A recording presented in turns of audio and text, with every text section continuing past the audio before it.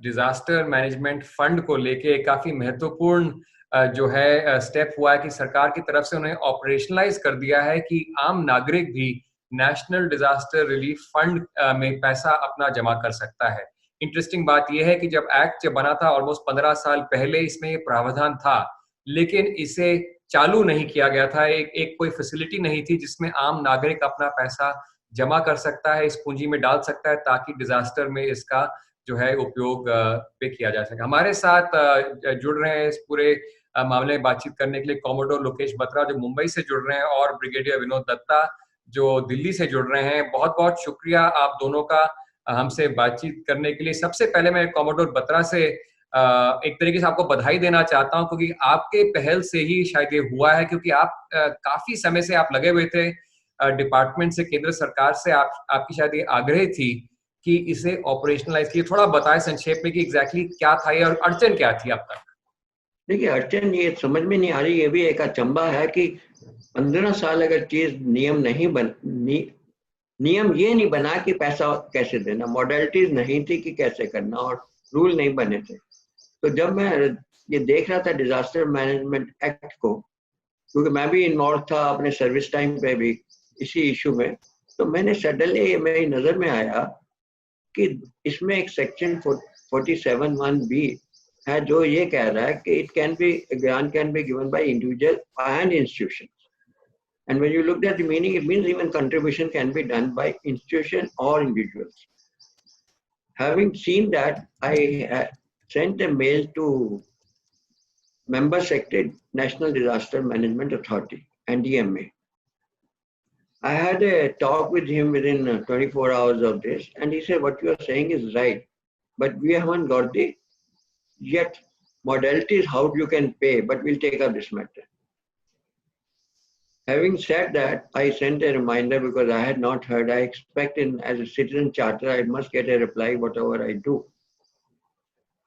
Later on, I filed one RTI in Department of Economic Affairs, in short DEA. ये मैं जानना चाहता हूं कि बेसिकली ये कानून के अंदर था, एक्ट के अंदर था कि आम नागरिक पैसा जमा कर सकता है जो पैसा डिजास्टर के लिए यूज किया जाएगा, तो ये कानून में था, लेकिन कोई तरीका नहीं था इसको देने के लिए। अब जो ऑफिस का ऑर्डर आया है, डीओ ऑर्डर आया है, डिपार्टमेंटल ऑर्डर, एग्जैक्टली क्या करता है? फाइनेंस ने अप्रूव कर दिया है, बजट ने अप्रूव कर दिया है, इन्होंने एमएचए से पूरा प्रोसीजर लिखा है कि उसको एक अकाउंट खोलेंगे और जो पब्लिक सेक्टर बैंक्स के होंगे, और उन्होंने ये भी कह दिया like pay to home, even that has been stated in that letter, and we'll have to wait for a couple of days more or maybe 1 week more to see to actually I should be able to contribute to it, and I want to be the first to contribute to it. हमारे साथ brigadier Vinod Dutta भी हैं जो former secretary डीसीएमजी के हैं, disaster management में काफी काम किया है आपने। ये बताएं कि जो लोकेश बत्रा जी बता रहे हैं कि 15 साल से, हालांकि कानून में एक विधि थी कि भाई आप आम नागरिक पैसा जमा कर सकता है डिजास्टर के लिए, लेकिन कोई तरीका ही नहीं था। कितनी महत्वपूर्ण बात है कि अब जो है एक सिस्टम है कि आम नागरिक पैसा डाल सकता है। लोग अगर चाहते हैं अक्सर कि डिजास्टर हुआ है तो उसके अगर मिटिगेशन के लिए और एफर्ट्स के लिए, कितना महत्वपूर्ण है ये?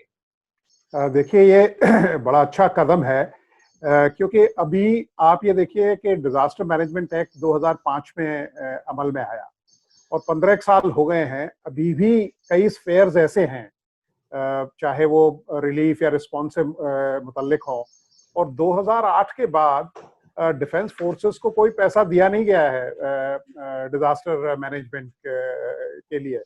सारा पैसा अभी मिनिस्ट्री ऑफ होम अफेयर्स को जाता है और जो एनडीआरएफ बटालियंस हैं उनको ये परचेजिंग पावर्स दी गई हैं।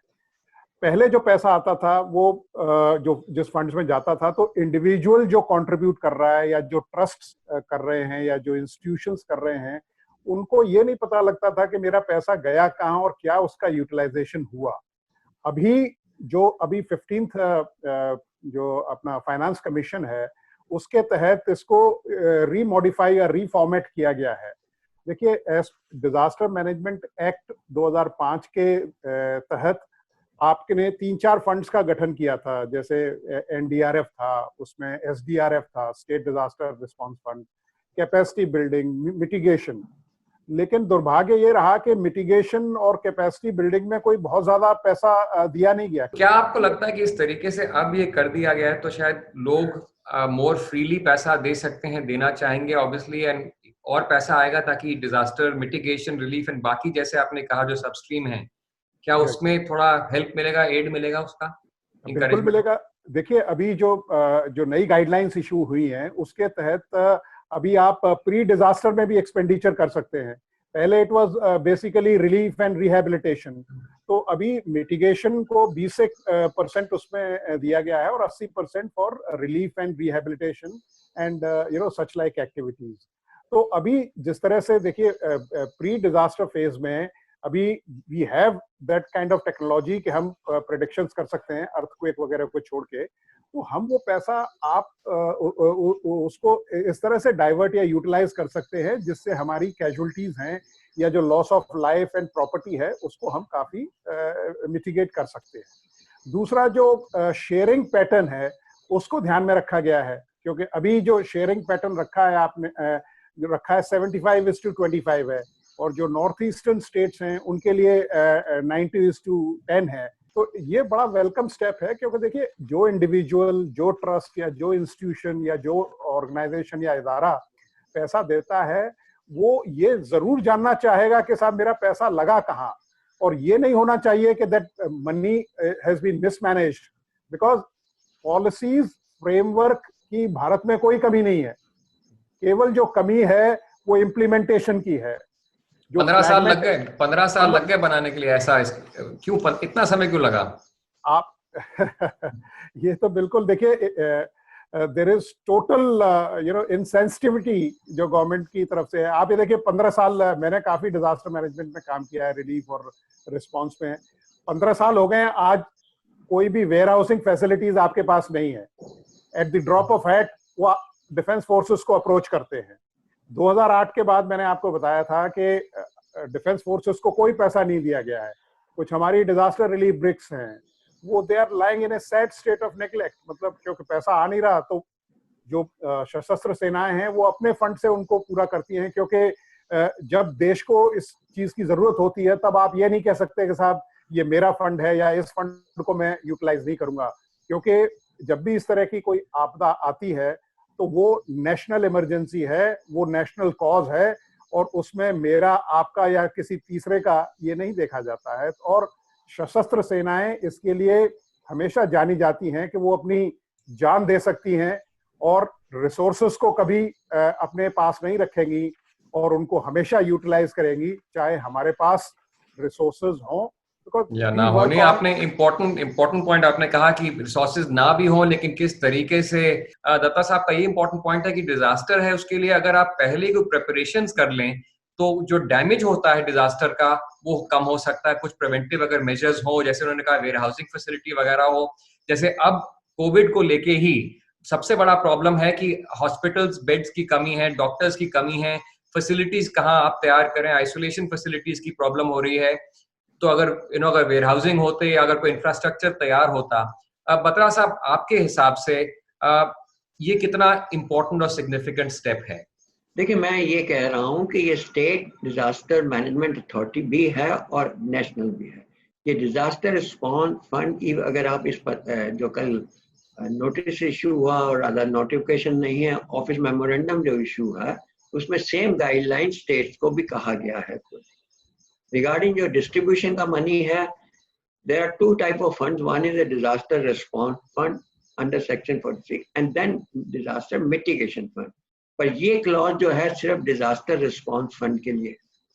There were proper guidelines if you go back to operational guidelines and other guidelines from 2010 onwards. I have all of them. They are laid down where all this money can be spent. But said and done, this is when you are donating, you are not waiting for the disaster to come. It's kind of a kitty, and it also comes from budgetary provisions. It's also laid down how to distribute, and in the first week of April, after the COVID thing came up, a fresh guidelines have been issued, I think 4th or 5th April, from the Ministry of Home Affairs, the how and where this money can be used, that's it. So it's not correct to say that there is an issue, I'm not sure, but as far as the act is concerned, this fund is just one page, chapter 9 of the Disaster Management Act. Now, एक important point जो दत्ता साहब ने कहा कि, और जो आप भी इनफैक्ट कह रहे हैं कि और उन्होंने कहा कि पॉलिसीज तो बहुत होती हैं, आइडियाज बड़े अच्छे अच्छे होते हैं, लेकिन इम्प्लीमेंट नहीं होता, टाइम लगता है। 15 साल लग गए हैं कि जो कानून में है उसी को ऑपरेशनलाइज करने के लिए आपने इतनी पहल की इसमें, जिसके बाद जाके ये ऑर्डर आया कि सिंपल एक ऑर्डर भी क्या है कि आम आदमी अपना पैसा जमा कर सकता है नेशनल डिजास्टर जो है फंड के अंदर, रिस्पॉन्स फंड के अंदर। ये बताएं कि पैसा जो है डिजास्टर मैनेजमेंट या मिटिगेशन इसके लिए इस्तेमाल करना चाहिए। दत्ता साहब भी सेम पॉइंट कह रहे हैं कि अगर लोगों को लगे कि ये पैसा मैंने दिया और ये डिजास्टर रिलीफ या मिटिगेशन की तरफ ही जाए तो लोग शायद और उत्साहित होकर पैसा देंगे। PM fund, PM cares fund जो बनाया गया था, अभी उसके ऊपर काफी सवाल इसलिए हैं कि हालांकि एकदम क्लियर कर दिया गया था कि कोविड को अभी निपटने के लिए पब्लिक से अपील की गई थी, प्रधानमंत्री ने खुद अपील की है, वो खुद इसके ट्रस्टी हैं, लेकिन एक अननेसेसरी कंट्रोवर्सी जो बन गई है कि इसके ऊपर कोई ट्रांसपेरेंसी नहीं है। सीएजी जो है, कंट्रोलर ऑडिटर जनरल, जो भारत सरकार के सारे अकाउंट्स देखता है, वो इसके अकाउंट्स नहीं देख सकता। और इसका जो प्रियम्बल भी जो दिया गया है वेबसाइट पे, वो सिंपल ये कहता है कि keeping in mind need for having dedicated national fund with primary objective of dealing with any kind of emergency और distress situation. So any kind of emergency disaster नहीं होता, एनी काइंड ऑफ इमरजेंसी और भी emergency हो सकती है। तो जैसे आप लोग जो पॉइंट मेरे ख्याल जो बना रहे हैं कि अगर एक स्पेशल डिजास्टर फंड बनाया जाए जैसे जो है जिसका, और वो पैसा वहीं यूज किया जाए, क्या ये जो है एक तरीके से और लोगों को उत्साहित करेगा कि वो और पैसा जमा करें, ताकि वाकई ही तुरंत जो होता है रिलीफ की जरूरत है, अगर कोई क्षमता बनानी है, कुछ चीजें जो तैयार करके रखनी है अलग अलग राज्यों में, क्या कितना बड़ा फायदा होगा इससे? और पीएम केयर फंड्स को लेके एक बड़ा प्रश्न चिन्ह बना हुआ है। मैं एक चीज कहना चाहूंगा आपसे कि ये वाले फंड और पीएम केयर फंड में बहुत डिफरेंस है। ये फंड है जो कि एक आम जनता can become a watchdog. It is under the CAG, it will be under the Right to Information Act. So anyone who is alert will know how the funds are going. They will have to tell us how much is the fund balance, who got this fund, and it is there in the past record. जो PM care में नहीं कर सकते। PM care में उन्होंने अभी recently जो कोई 10 दिन पहले पोर्टल में बदला, उसमें शब्द कोविड ही मिसिंग है जो उनके ऑब्जेक्टिव बने। परंतु जो एक अपील हुई थी, सब में कोविड का शब्द का इस्तेमाल किया गया था, जिसमें लोगों ने डोनेट किया था। परंतु अब जो फ्रेश पोर्टल बना है उसमें कोविड शब्द का नाम ही नहीं। इम्पोर्टेंट पॉइंट दत्ता साहब। या देखिए, कोविड का नाम न होना, जिस नोटिफिकेशन की कमोडोर साहब बात कर रहे हैं, मैंने भी वो देखा है, और उसमें क्योंकि पैंडेमिक के बारे में न किसी ने कोई इस तरह की तवक्को की थी, न किसी को ये उम्मीद थी कि अब आप देखिए हमारा जो एपिडेमिक एक्ट था वो 1897 का था, मतलब किस जमाने का था। अभी उसको अमेंड किया गया है और उस पे एडवाइजरीज वगैरह इशू की गई हैं। तो इसीलिए वो जो नोटिफिकेशन आया है उसमें कुछ एडिशंस दिए हैं कि आप किन किन संसाधनों का इस्तेमाल कर सकते हैं और किन पे ये पैसा खर्च कर सकते हैं। जैसे आपके ट्रैक्टर्स हैं, सैनिटाइजर्स हैं, सेंट्रल सैनिटाइजर्स हैं, या वाटर स्प्रेइंग गन्स हैं, या वाटर स्प्रेइंग ट्रक्स हैं, इस पे कर सकते हैं आप। क्योंकि जो रिलीफ की गाइडलाइंस हैं वो एक प्रॉपर दे आर डॉक्यूमेंटेड, और उसमें दिया गया है कि आप किस पे कितना पैसा खर्च कर सकते हैं। ये जो 15th फाइनेंस कमीशन की रिपोर्ट है, मैं आपको बताना चाहता हूं कि इट इज बेसिकली जो मिटिगेशन फंड है और जो कैपेसिटी बिल्डिंग फंड है, उन सबको अमेलगेमेट कर दिया गया है, और उसमें करीब मिटिगेशन का जो एक्सपेंडिचर रखा है वो करीब 20% है, रिस्पॉन्स के ऊपर 80% है, रिस्पॉन्स एंड रिलीफ पे करीब 40% है, रिकवरी एंड रिकंस्ट्रक्शन पे आप 30% कर सकते हैं, और कैपेसिटी बिल्डिंग पे 10% कर सकते हैं। कैपेसिटी बिल्डिंग में पहले क्या होता था कि स्टेट डिजास्टर मैनेजमेंट अथॉरिटीज को पैसा जाता था, तो वो उनके विवेक पे डिपेंड करता था कि वो किस डिस्ट्रिक्ट को दें। तो जब हम लोग कभी एज सेंट्रल ऑब्जर्वर्स जाते थे तो देखते थे कि साहब फलाने डिस्ट्रिक्ट में तो हुआ ही नहीं। फिर जो एनडीएमए ने और मिनिस्ट्री ऑफ होम अफेयर्स ने ये बड़ा अच्छा फैसला लिया कि वो डायरेक्ट डिस्ट्रिक्ट हेडक्वार्टर को जाएगा और 1 लाख रुपया हर साल जाता है, जिसमें वो अपनी मॉक एक्सरसाइज या इस तरह का कोई कैपेसिटी बिल्डिंग सेमिनार या वर्कशॉप्स कर सके। तो ये एक बड़ा वेलकम स्टेप है। तो 15th फाइनेंस कमीशन में ये जो रीफॉर्मेट किया गया है इस बजट को, उसमें एक शब्द का इस्तेमाल किया है कि it is going to be a national disaster risk management fund, क्योंकि मिटिगेशन में पैसा दिया ही नहीं गया था। हालांकि फंड तो क्रिएट हो गया था, लेकिन ग्राउंड पे कोई पैसा था नहीं उसमें। एक इम्पोर्टेंट पॉइंट, एंड आपने अच्छे पॉइट्स दिए, बट जैसे बत्रा साहब कह रहे थे कि इस फंड में जो NDRF जो है एंड PM केयर्स फंड में जमीन आसमान का ये अंतर है कि वहां कोई भी नागरिक सवाल पूछ सकता है कि भाई पैसा आपने खर्चा कैसे, किस चीज पे खर्चा, कहाँ से आया, किसने दिया। और PM केयर्स फंड में कोई सवाल नहीं पूछ सकता। बार बार केंद्र सरकार यही सुप्रीम कोर्ट को बता रही है, हाई कोर्ट्स को बता रही है, जहां जहां लोग चुनौती दे रहे हैं कि भाई मकसद अच्छा है, अच्छे एम से इसको बनाया गया, लेकिन आम नागरिक का पैसा है, पब्लिक के लिए इस्तेमाल किया जा रहा है, पब्लिक अथॉरिटीज पैसे को मांग रही है, गवर्नमेंट के ढांचे पे ही पूरा इसका प्रचार हो रहा है, लेकिन जनता नहीं जान सकती कि पैसा कितना आया, कहाँ इसका इस्तेमाल किया जा रहा है। एक अननेसेसरी कंट्रोवर्सी बन गई। आप क्या लगता है आपको? अच्छा, देखिए, मैं आपकी बात से बिल्कुल सहमत हूँ। आजकल देखिए, टुडे हम लोग एक ट्रांसपेरेंट वर्ल्ड में रह रहे हैं, तो आप इस तरह की कोई बैरियर्स या स्मोक स्क्रीन नहीं लगा सकते सिटीजन्स में और सरकार में, क्योंकि हुकूमत को ये चाहिए कि हर चीज में इतनी ट्रांसपेरेंसी हो कि लोग जान सकें कि भाई मैंने पैसा कहाँ दिया, कहाँ लगाया।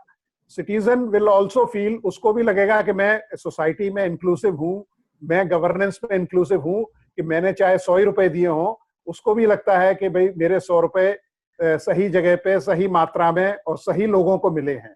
तो इस तरह की चीजें कि भाई इस पे ऑडिट नहीं होगा या इस तरह, देखिए अगर आप उसका जो गठन हुआ है उसमें it says citizen assistance relief and calamity fund, तो आपने या इमरजेंसी सिचुएशंस के लिए हैं, तो इस तरह की, क्योंकि देखिए इमरजेंसी सिचुएशंस कोई आपको वार्निंग देके तो आएंगी नहीं। अब जैसे कोरोना ने ये तो कहा नहीं था कि साहब मैं मार्च महीने में आपके पास आऊंगा, तो इस तरह की सिचुएशंस कभी भी आ सकती हैं। That's why they are called emergency situations.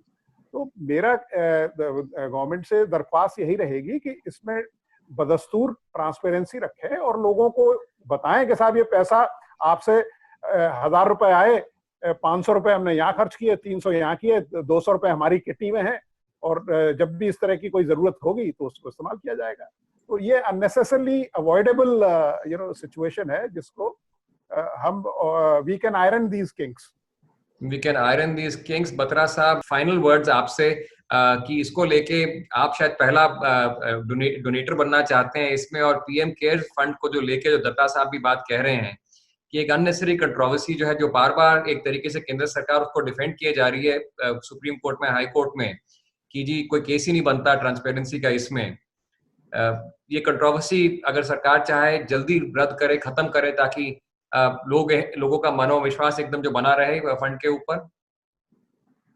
देखिए ऐसा है कि एक और लेटेस्ट जो मुद्दा है, शायद अभी बातचीत में नहीं आया, एक सुप्रीम कोर्ट में केस गया है कि प्राइम मिनिस्टर रिलीफ फंड को completely national disaster response fund में मर्ज किया जाए, और कारण ये दिया गया है कि देयर इज सेक्शन 77, जब ये लागू होता है डिजास्टर एक्ट, तो इसके लिए कोई और नहीं खुल सकता। It's a contrary to opening a PM care fund. Now Supreme Court has issued a notice to the central government to reply on this, and and they wanted a proper plan, and there's a lot of prayers there already there in that case, which is pending with the Supreme Court, and they are now issued a notice to the center, and let's wait and watch. बहुत बहुत शुक्रिया commodore Batra and Dutta साहब हमसे बातचीत करने के लिए, बहुत ही एक इम्पोर्टेंट इशू पे। Thank you so much.